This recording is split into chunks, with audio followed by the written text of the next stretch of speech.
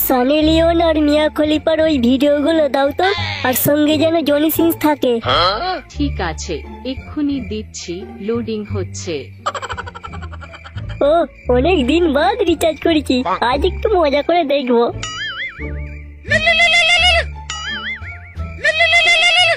ধর, বালটাকে এখনই ফোন করতে হয়, শান্তিতে কিছু দেখতেও দেবে না।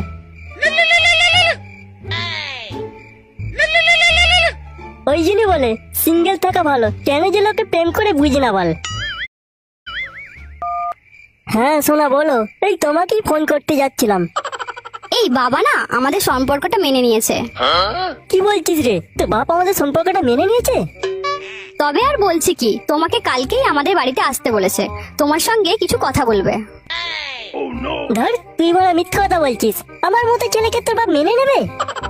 হ্যাঁ গো, আমাদের সম্পর্কটা সত্যিই মেনে নিয়েছে, তোমাকে কাল আসতে বলেছে। এই শোন না, এই আনন্দে তাহলে একটা হোটেল রুম বুক করবো। এই দেখো পচা, এইসব কিন্তু এখন নয়, সব বিয়ের পরে। আর তুমি যদি এইরকম বাজে মনোভাব রাখো, তাহলে বাবার পছন্দ করা সরকারি চাকরিওয়ালা কাকুকেই বিয়ে করে নেব। আচ্ছা আচ্ছা ঠিক আছে, আর বলবো না, যা হবে সব বিয়ের পর। আমি এখন রাখি শোনা, প্রচুর ঘুম পাচ্ছে আমার। ঘুম পাচ্ছে নাকি খারাপ কিছু মতলব আছে? ধর, কি যে বলিস না, অন্য কিছু মতলব থাকবে কেন? শালা বাপটা আমার এত হারামি না, প্রচুর খাটাচ্ছে, পুরো হাগিয়ে দিচ্ছে। সারাদিন খাটাখাটুনির পর আর ভালো লাগে না, তাই সকাল সকাল ঘুম পাচ্ছে। এখন রাখিস না। ঠিক আছে, তুমি কাল কিন্তু সকাল সকাল চলে আসবে। হ্যাঁ গো, আমি সকাল সকাল কালকে পৌঁছে যাবো। ওহ, মজা গেল, এবার একটু শান্তিতে দেখতে পাবো। Naughty America.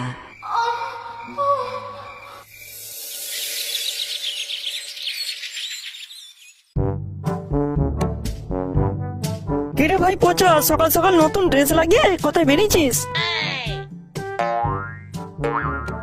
এই তো রে ভাই, শ্বশুর বাড়ি যাচ্ছি, হবু শ্বশুর বাড়ি। শ্বশুর বাড়ি একটু দেখা করতে বলেছে, আমার আর পুটির বিয়ে নিয়ে একটু কথা বলবে। কি, পুটির বাপ তোদের সম্পর্কটা মেনে নিয়েছে? আরে হ্যাঁ রে, এই জন্যই তো আজকে দেখা করতে বলেছে। ভাই আমি বলছি শোন, তুই যাস নিস, ওর বাপ শালা এক নম্বরের হারামির গাছ। তোকে ঘরে ডেকেছে মানে কিছু তো একটা মতলব আছে। কি যে বলিস না তুই, মতলব থাকতে যাবে কেন?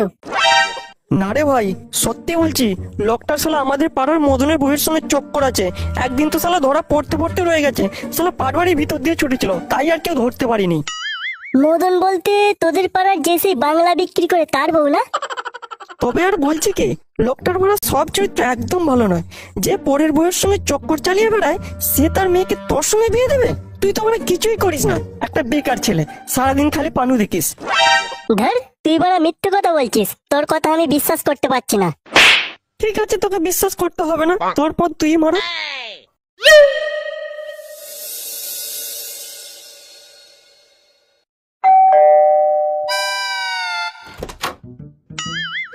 ও বাবা জীবন, তুমি ভিতরে আসো, ভিতরে আসো।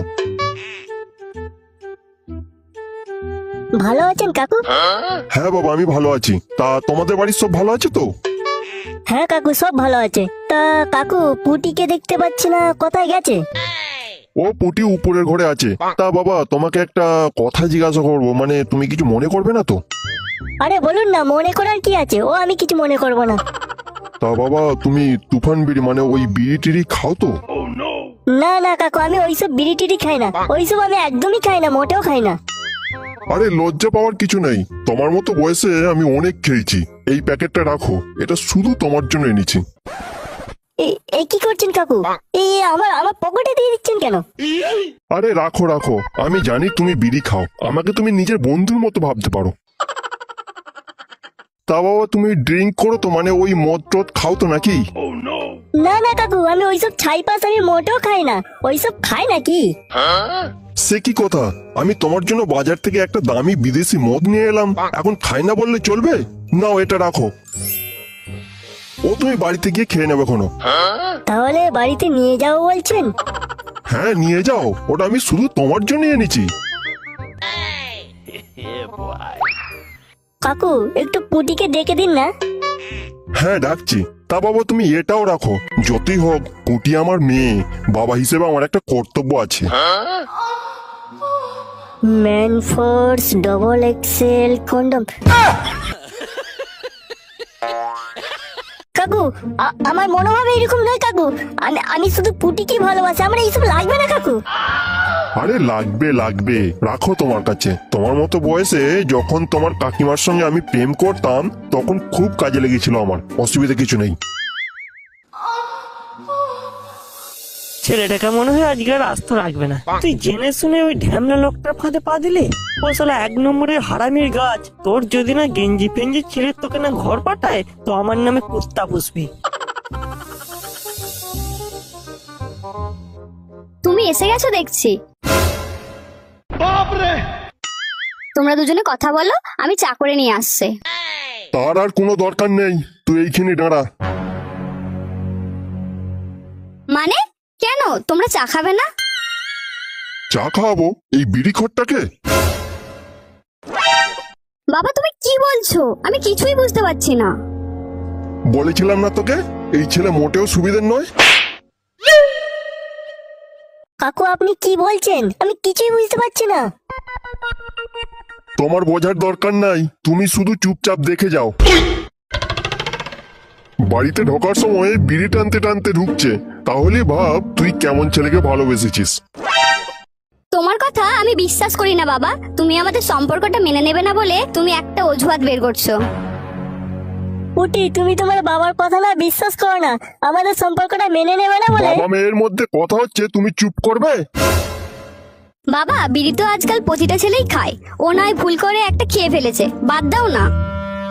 ঠিক আছে বিড়িটা না হয় আমি বাদই দিলাম, তা বলে মদ খেয়ে ঢুকবে? বাবা তুমি কিন্তু পচার নামে উল্টো পাল্টা কথা বলছো, আমি কিন্তু সহ্য করব না। আচ্ছা ঠিক আছে, কি প্রমাণ আছে যে পচা মদ খায়? আচ্ছা প্রমাণ দেখতে চাস? তবে এই দেখ তার প্রমাণ। পচা তুমি মদ খাও? তুমি না আমায় দিব্যি দিয়েছিলে যে তুমি আর মদ খাবে না। দেখো পুটি আমি এইসব কিছুই করিনি, তোমার বাবা আগে থেকে এইসব প্ল্যান করে রেখেছিল আমাকে ফাঁসানোর জন্য। বাবা মেয়ের মধ্যে কথা হচ্ছে, তুমি একটু চুপ করবে?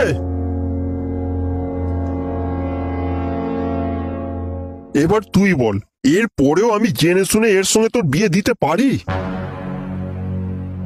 বাবা আমি বিয়ের পর ওকে ঠিক মানিয়ে নেবো, ওকে ঠিক বুঝিয়ে বলবো ও আর মদ খাবে না। তুমি প্লিজ আমাদের সম্পর্কটা মেনে নাও। ঠিক আছে আমি না হয় মেনে নিলাম, ও মদ খায় বিড়ি খায় তাও আমি মেনে নিলাম। তার মানে এই নয় যে একজন চরিত্রহীনকে আমার জামাই হিসেবে মেনে নেব। পুটি তোমার বাবা সব মিথ্যে কথা বলছে, এইগুলো সব সাজানো গল্প। এই তুমি চুপ করবে? দেখছো না বাবা মেয়ের মধ্যে কথা হচ্ছে? বাবা তুমি কিন্তু পচার নামে বিভিন্ন ধরনের কথা বলছো। পচা আর যাই হোক চরিত্রহীন নয়। চরিত্রহীন নয়? না মোটেও চরিত্রহীন নয়। ঠিক আছে আমি প্রমাণ করে দিচ্ছি ও কতটা খারাপ ছেলে। खत्म। এই দেখ, এর পরেও বলবি চরিত্রহীন নয়? ওর সঙ্গে সম্পর্ক রাখতে চাইবি আর বিয়ে করতে চাইবি ওকে? পুটি তুমি তোমার বাবার কথা বিশ্বাস করো না, এগুলো সবই তোমার বাবার প্ল্যান। থাক, আমি একটা চরিত্রহীন ছেলের মুখ থেকে আর কিছুই শুনতে চাই না। বাবা ঠিকই বলেছিল, গরিবের ছেলের সঙ্গে বড়লোকের মেয়ের কখনোই প্রেম ভালোবাসা হয় না। আমি বাবার দেখা ছেলেকেই বিয়ে করব। আজ থেকে তুমি আমার চোখে মৃত। I hate you, I hate you, I hate you পচা।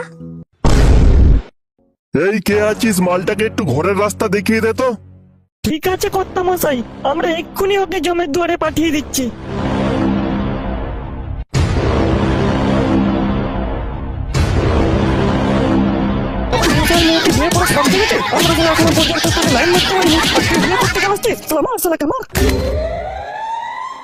সালা হারামির বাচ্চা কুঙ্কির ছেলে, তোর মনে মনে এই ছিল তুই তোর মেয়ের বিয়ে দিবি না? তুই আমাকে আগে বলে দিতে পারতিস, আমি মানে ঘর চলে যেতাম।